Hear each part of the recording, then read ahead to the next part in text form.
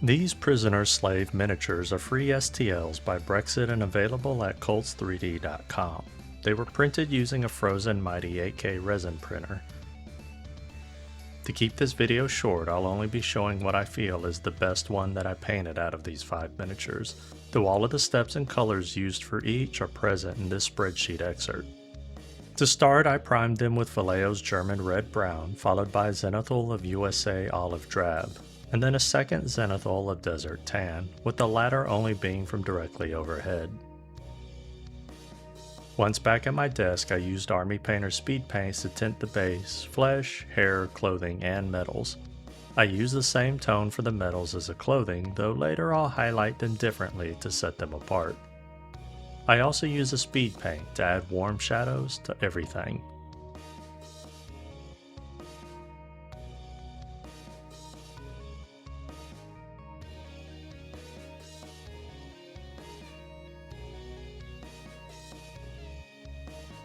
Moving on to oil paints, these I apply unthinned a little at a time before buffing the oil paint with a soft brush. For this specific miniature, I used warm white to brighten the pale skin before adding additional shadows. I then let these miniatures set for a few days to let these oil paints fully dry. I thinned some blue to saturate the clothing and the metals. When I applied the speed paints, I had thinned them 1:1 with speed paint medium. In retrospect, I probably should not have thinned them at all, saving me this step. I then add the same 3-layer highlights to the clothing and metals, keeping in mind where my imaginary light source is coming from. In this case, from the front left, from her perspective.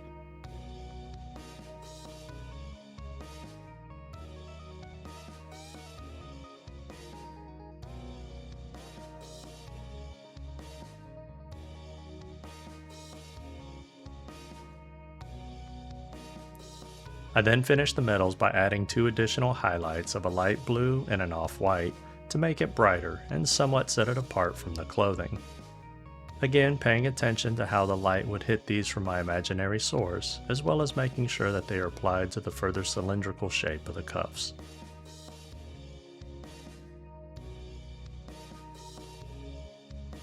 For the red hair, I follow a similar pattern, starting with a thin tone to saturate the more faded areas left by the overly thin speed paint that was used to tint it, before adding 3 highlights.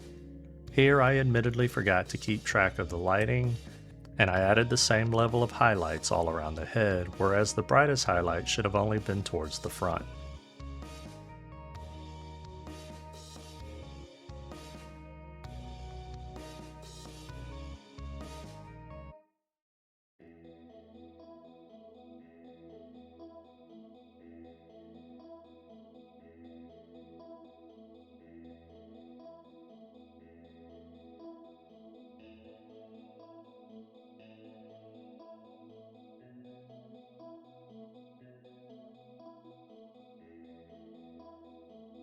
Nearing the finish line, I black out the eyes before adding an off-white sclera, a green iris, and a small black line for the pupil.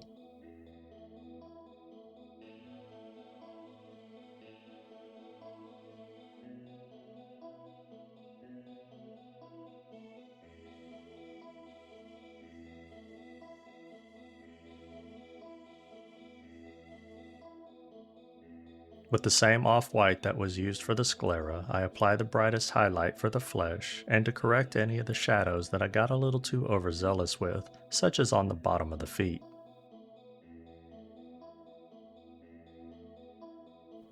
I finish up the face by adding some eyebrows of the same color as the hair, and then highlighting the lips with brighter tones from mixing in some off-white to the said red.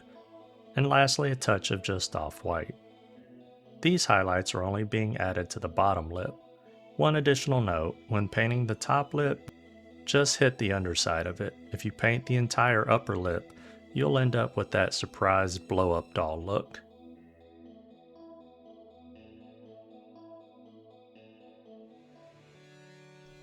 And this is where I stopped. With just under 2 hours of effort into each of these miniatures, I'm pretty happy with how they came out. For the things I like, I feel like the highlight placements and shapes, for the most part, are decent enough. though there are some places I forgot to ensure darker highlights on the back versus the front.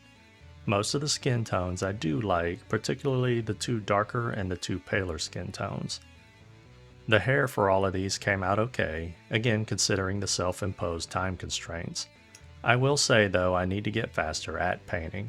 I wanted this to be about a 5-hour project, not a 10-hour project.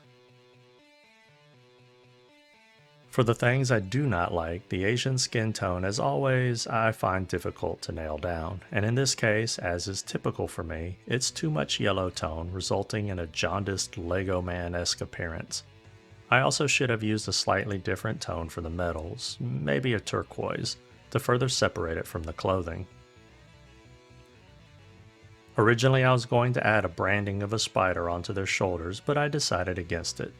The idea behind it was that these voluptuous women, with no bruising and who were obviously well taken care of, were going to be quote-unquote sold for the worst imaginable things, both to the most deviant and the most noble souls looking to free these unfortunates.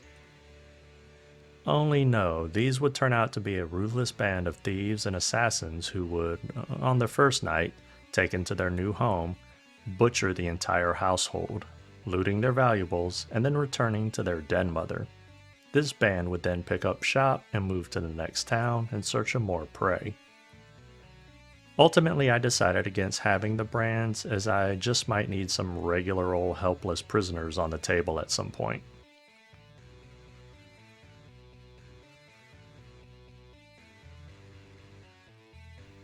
And that'll bring this video to its end. I hope you learned something or inspired to start or expand your own collection of helpless but obviously pampered and imprisoned maidens who are about to murder your sadistic, perverted, or overly protective hero complex having self. Regardless, your ass is done for and your stuff is now their stuff. If you have any questions, feel free to ask, and if you like the content of this video and would like to see more, you can easily support the channel by liking, commenting, sharing, and subscribing. I'm Jim with Working with Miniatures. I'm truly grateful for your time, and I bid you a fond farewell.